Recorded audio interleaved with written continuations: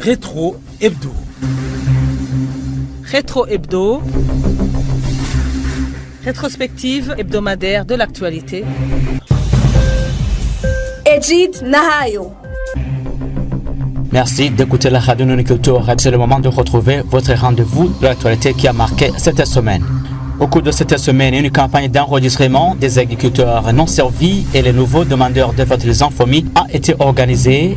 Les agriculteurs ont, dans certaines localités, déploré les irrégularités qui ont caractérisé cette campagne, malgré le message du gouvernement d'enregistrer tous les agriculteurs qui ont besoin de ces intrants.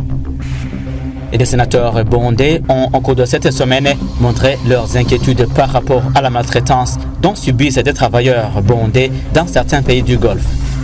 Et toujours au Parlement, c'est l'adoption au cours de cette semaine d'un projet de loi portant protection des données à caractère personnel par la Chambre basse du Parlement. Également, nous revenons sur l'annonce faite par la FFB sur l'inauguration du Stade Intwari la fin de ce mois de janvier. Voilà pour l'essentiel de l'actualité qui a marqué cette semaine. Rétro Hebdo.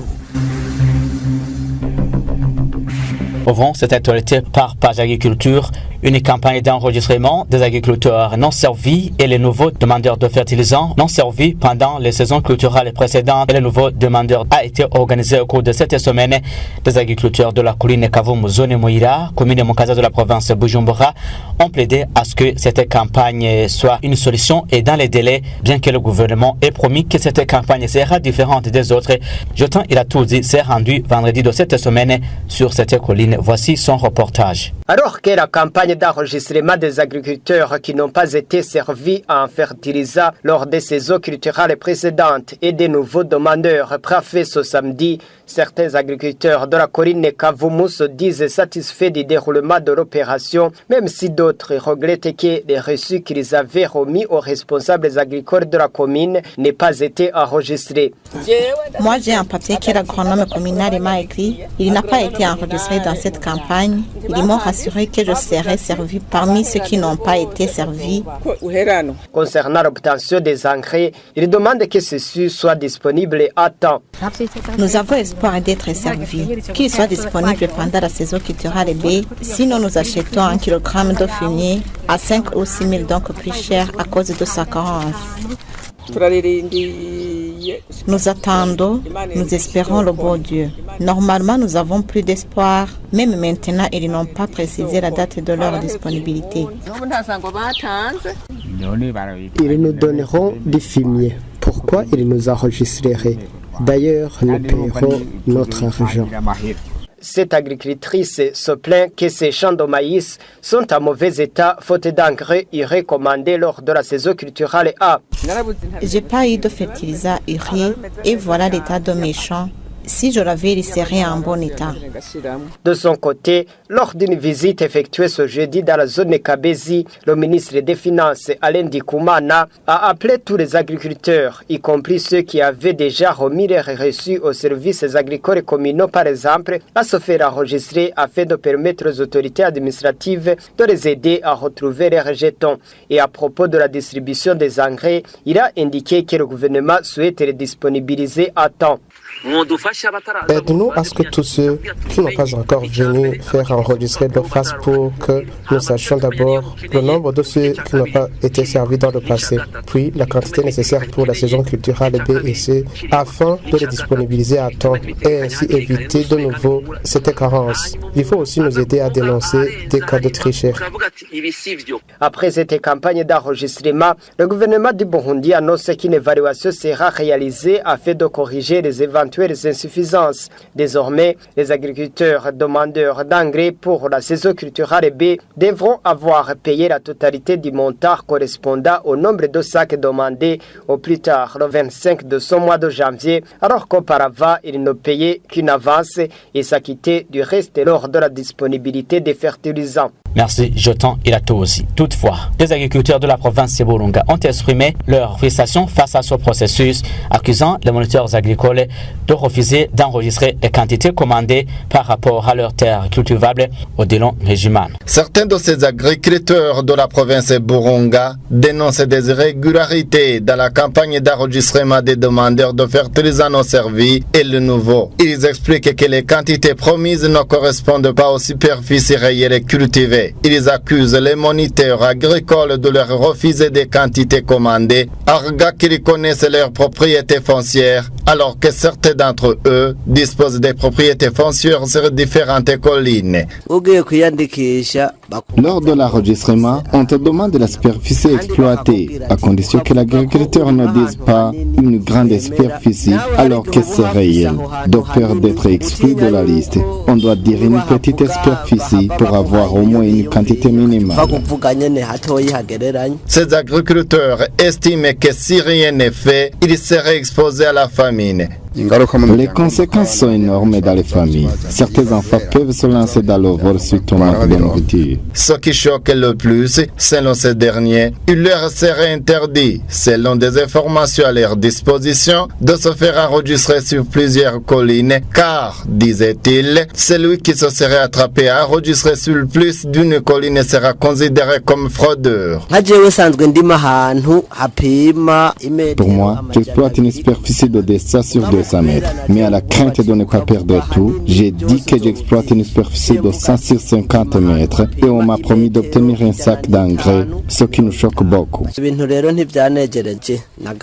Il demande aux moniteurs agricoles de leur rendre visite pour s'enquérir des superficies réelles dont ils disposent pour qu'à leur tour, ils octroient des quantités de fertilisants qui leur permettront d'exploiter pleinement leurs propriétés foncières. La situation se présente ainsi au dernier jour de leur enregistrement, alors que certains d'entre eux expliquent qu'ils ne se sont pas fait enregistrer jusqu'à présent. D'autres expliquent qu'ils n'étaient pas au courant si cet enregistrement concerne ceux qui n'ont pas été servis ou tout agriculteur.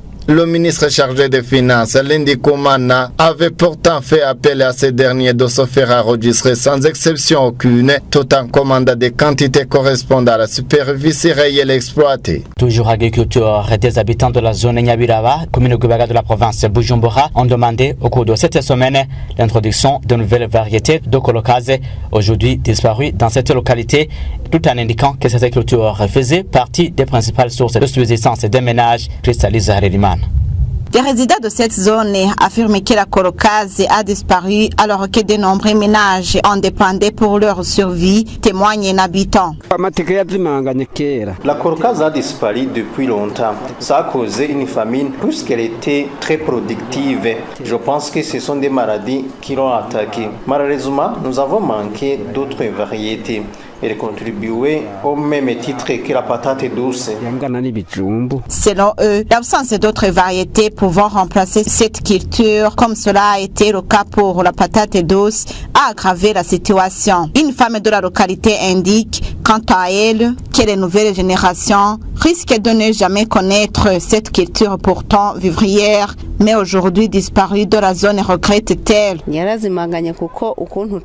disparu. Avant, on consommait vraiment de la colocase. Ce n'est plus le cas. Les générations actuelles, d'ailleurs, risquent de ne pas connaître cette culture. Même quand elle pousse, quelque part, elle est attaquée par une maladie. Avant, on consommait bien la colocase, mais ce n'est plus le cas à cause de ces maladies. Les habitants soulignent également que même lorsqu'elle est encore cultivée, la colocase est souvent attaquée par des maladies, explique-t-il. Face à cette situation, ces producteurs agricoles demandent aux services compétents de rendre disponibles de nouvelles variétés de colocase afin de redynamiser sa culture, plaide-t-il. Que que le ministère chargé de l'agriculture nous donne de nouvelles variétés ou qu'il étudie le sol afin que cette culture soit redynamisée. L'Institut des sciences agronomiques du Burundi, ISABO, confirme que la corocaze a connu un recul important au cours des 30 dernières années. À Nyabiraba, comme dans plusieurs autres localités de la province de Bujumbura, la corocaze n'est pas la seule culture dont la production a fortement chuté ces dernières années à raison des maladies. La banane et le manioc ont également été touchés. Rétro Hebdo.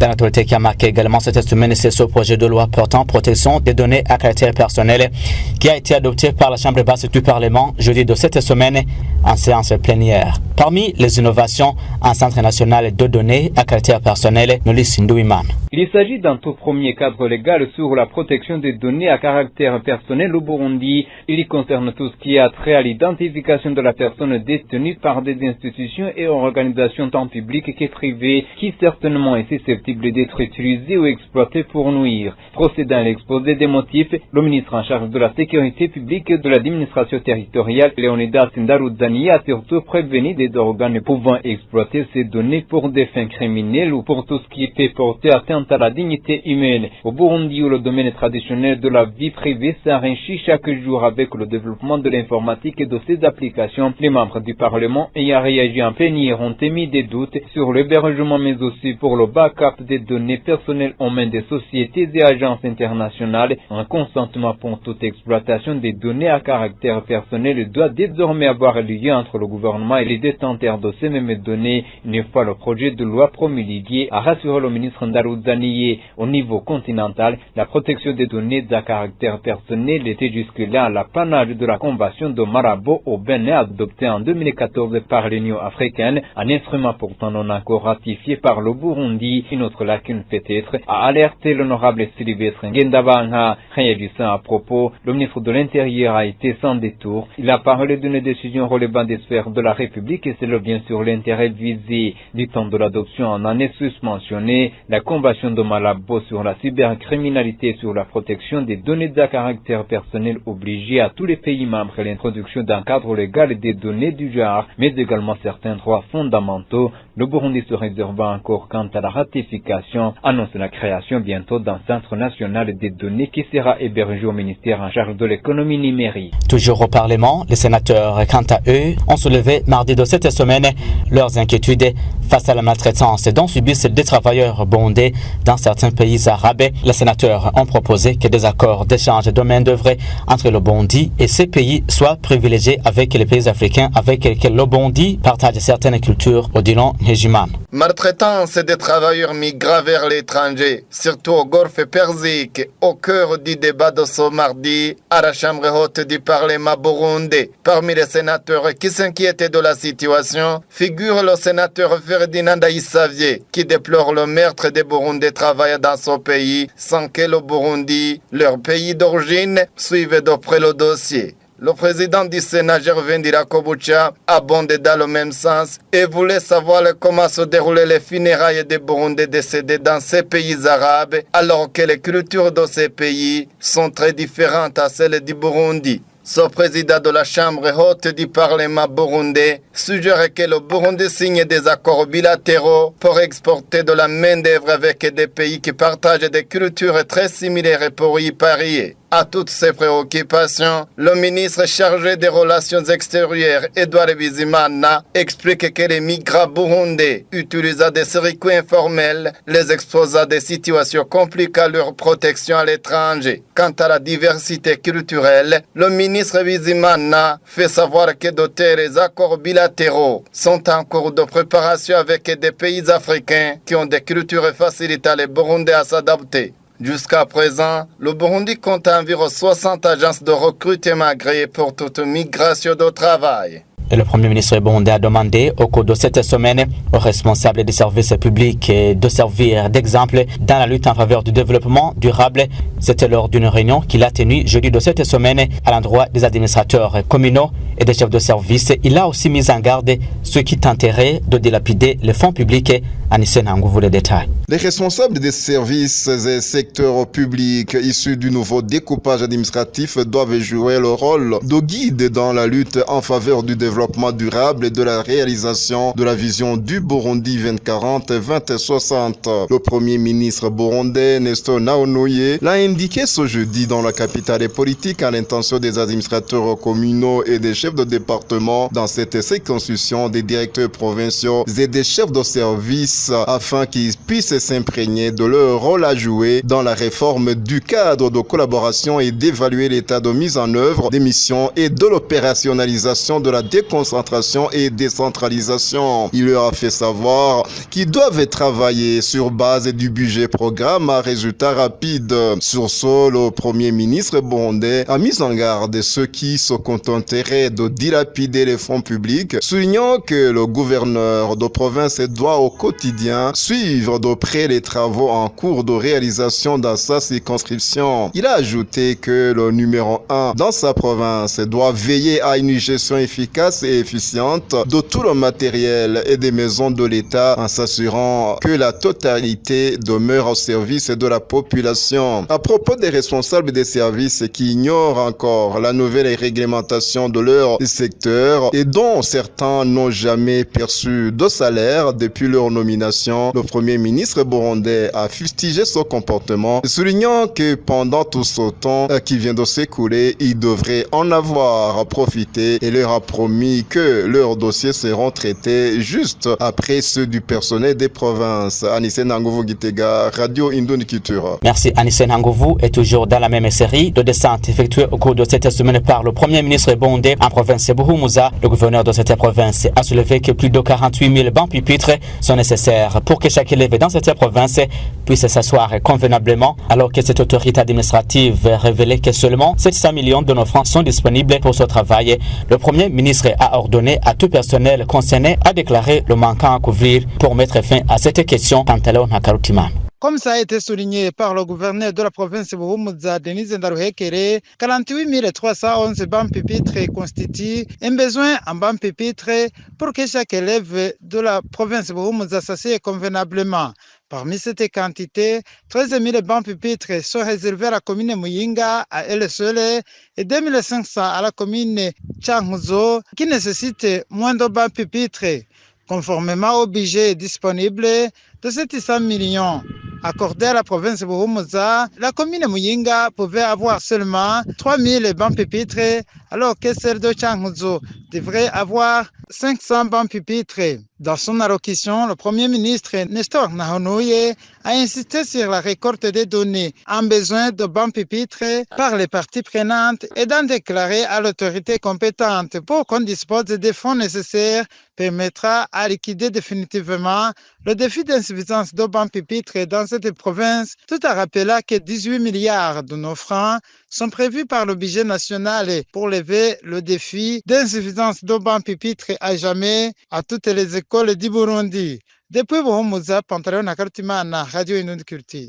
Merci Pantalon Nakarutimana. Déménage Batois, résident la zone Ruziba, commune Mugere de la province de Bujumbura, ont réclamé la valorisation de la poterie, un métier donc hérité de leurs aïeux. Les sources contactées sur place ont indiqué être choquées de voir la poterie en voie de disparition au vu de la raréfaction de l'argile, tout comme d'autres éléments servant de matière première. Olivier Cuisir.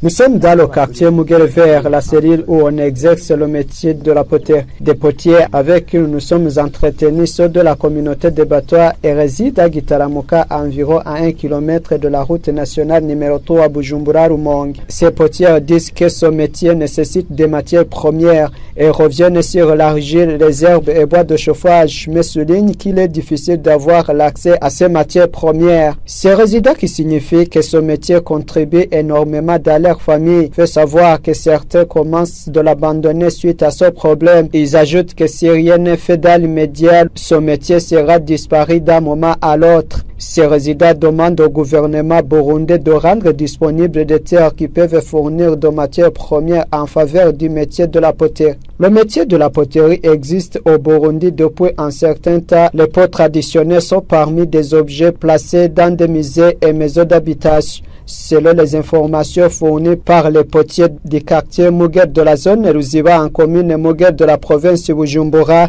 les objets fabriqués sont réservés pour cuisiner mais aussi pour conserver de l'eau. Les mêmes sources disent que ce problème se fait parler de lui depuis plus de 10 ans. Et enfin, la Fédération de football du Burundi a annoncé que l'inauguration du stade Intwari aura lieu le 31 janvier de cette année. Dans une conférence de presse qu'il a animée lundi de cette semaine, le président de la FFB, Alexandre Muyenge, a indiqué que la commande des équipements pour finaliser les activités de construction était déjà faite. Il a aussi souligné que ce stade a de normes internationales. Suivez plutôt Alexandre Muyenge, président de la FFB, dans la traduction en français d'Olivier Cuisère. Nous envisageons mettre des tartas qui constituent une piste. On ne peut pas mettre de piste au couloir d'athlétisme car il manque actuellement de normes internationales.